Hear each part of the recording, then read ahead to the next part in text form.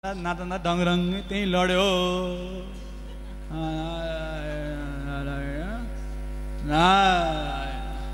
त्यही ढल्यो को ढलेको यो हाम्रो कीर्तनमा त्यस्ता मान्छे पनि चाहिँदैछ क्या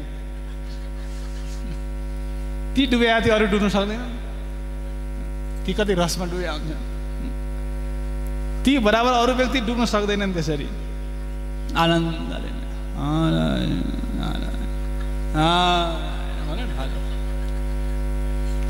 को मान्छे हो घरबेटी हो राम राम अजामिल ब्राह्मण यही त हो नि यसकै घरमा बस्यौँ हामी यसकै घरमा राम राम हेर गयो कहाँ पुग्ने होला यो यसो गति के हुने होला रातभर त्यही ऋषिहरूकै साथमा सुत्यो त्यही निदायो बिहान भएपछि उठेछ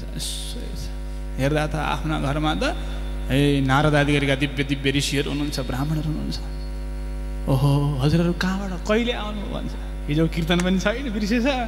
नाचे पनि बिर्स्यो खै बिर्स्यो कहाँबाट हजुर त बिहान उठ्दा त दिव्य दर्शन भयो हजुरको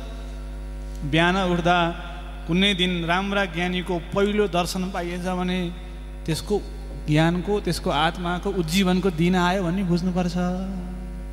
बिहान उठेर राम्रा ज्ञानीको दर्शन गर्ने पहिलो दर्शन देखिएछ भने त्यसको त्यहीँबाट उज्जीवन खुल्यो अब आत्माको गति खुल्यो अब अन्धकार हरायो भने जाने भयो आज पहिलो आँखा खोल्ने बित्तिकै देख्यो महाराज नारद आदि गरेका ऋषिहरूलाई आहा म मेरो जीवनमा 100औं दिन 100औं रात्रि सुतेँ तर कुनै रात्रि पनि मैले आँखा खोल्दा बिहान आँखा खोल्दा कुनै ज्ञानीलाई देखेको अहिलेसम्म छैन यसो आँखा खोल्दाखेरि हजुरहरूको दर्शन भयो कसरी कति बेला सवारी आउनुभयो नारदजीले भन्नुभयो आएको त रात्रि नै हो हजुरको दर्शन चाहिँ ढिलो भयो भन्नुभयो शिर झुकाए हे अजामिल तिमी पतनको बाटोमा गइसक्यौ अब हामीले सम्झायौँ भने पनि तिमी सम्झिँदैनौ ठुला कुरा नगर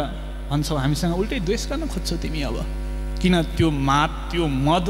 बढी भएपछि उपदेश टिक्दैन उपदेश टङ्की फिर्ता आउँछ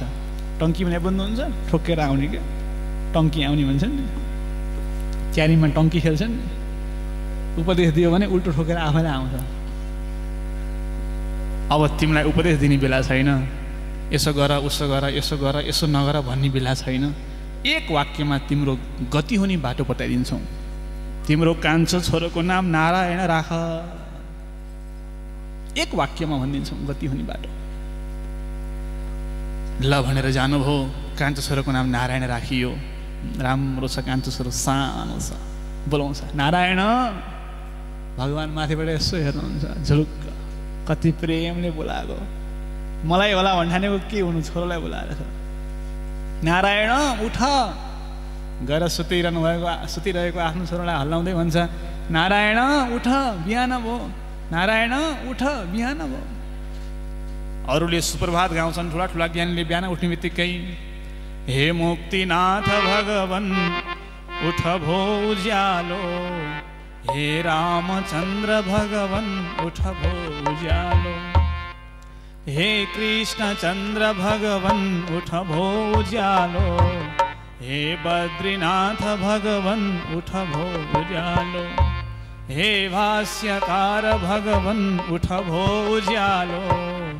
हे रघुनंदन प्रभो उठ भो उज्यालो हे कृष्ण चन्द्र भगवान उठ भो उज्यालो हे देवकी नंदन प्रभो उठ भो उज्यालो ज्ञानीहरूले यसै गरी उठाउनु त नि उसले पनि छोरोलाई के भनेर उठायो नारायण उठ बिहान भयो म नारायणको हात पाउ धोइदिन्छु अर्को पादिनु भयो कि भएन नारायणको हात म धोइदिन्छु अर्को भइगयो नारायणको पाउ धोइदिन्छु पाद्यम भइगयो तिमीहरू केही वास्ता गर्दैन नारायणको मुख म धोइदिन्छु म नुहाइदिन्छु नारायणलाई स्नान भइगयो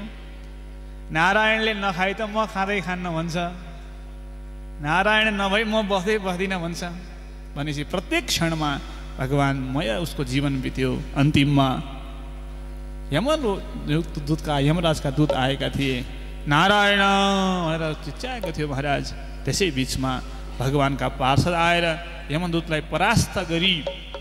भगवान नामको दिव्य महिमा बताएर अजामिललाई बचाउनु हो। भगवानको नामको महिमा यस्तो दिव्य हुँदो रहेछ भन्ने थाहा पाएर अजामिलले प्रायश्चित्त गर्यो महाराज। घर छोडिदियो, हरिद्वार गएर नित्य गङ्गा स्नान गरेर आफ्नो जीवनलाई सम्हाल्यो। अन्तिममा लगेर फेरि यज्ञोपवीत संस्कार गर्यो, फेरि टुप्पी पाल्न लाग्यो, फेरि आफ्ना टुटेका संस्कारलाई फेरि जोड्दै जोड्दै जोड्दै गएर अन्तिममा दिव्य गतिलाई प्राप्त गर्यो। श्री भक्तवत्सल भगवानको श्रीमद् भागवत सप्ताह ज्ञान महायज्ञको अब 45 मिनटपछि हामी पुनः बस्नेछौँ। यसलाई यहीँ विराम गरौँ। श्री भक्तवत्सल भगवानको सानो छोटो एउटा सानो 2 मिनटको आरती गरौँ, त्यसपछि विश्राम।